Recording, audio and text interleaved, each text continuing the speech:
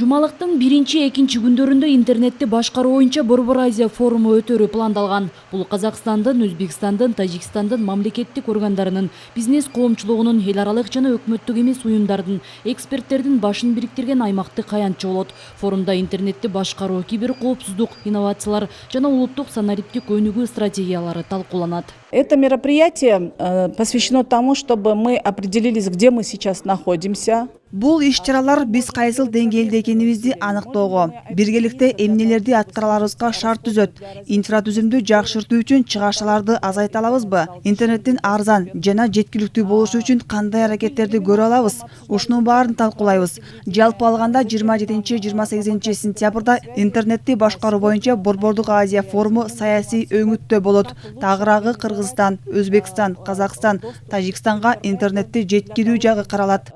Ал эми 29 сентябрда IT форум болот. Мында кыргызстандык IT адистер чогулуп, пандемияда санарип аркылуу кантип иш алып баруу боюнча тажрыйбалар менен бөлүшөт. Алардын негизги ортого сала турган маселелери TikTok, Facebook, Яндекс, Mail.ru, IBM сыяктуу глобалдык платформалар. Кыргызстанский IT форумга биздин коңшу мамлекеттерден бул жана Астана хаб келишет, ошондой эле Узбекский IT парк, ошондой эле биз деген Грузия мамлекетинен деген бир Crossroads деген платформаны чакырдык. Центральная Азия регион катары жана ошондой эле батыш өлкөлөрүндөгү мамлекеттерге кандай экспорт чогуу жасаш болот деген багытта иштейли деген максаттарды койдук десек болот да.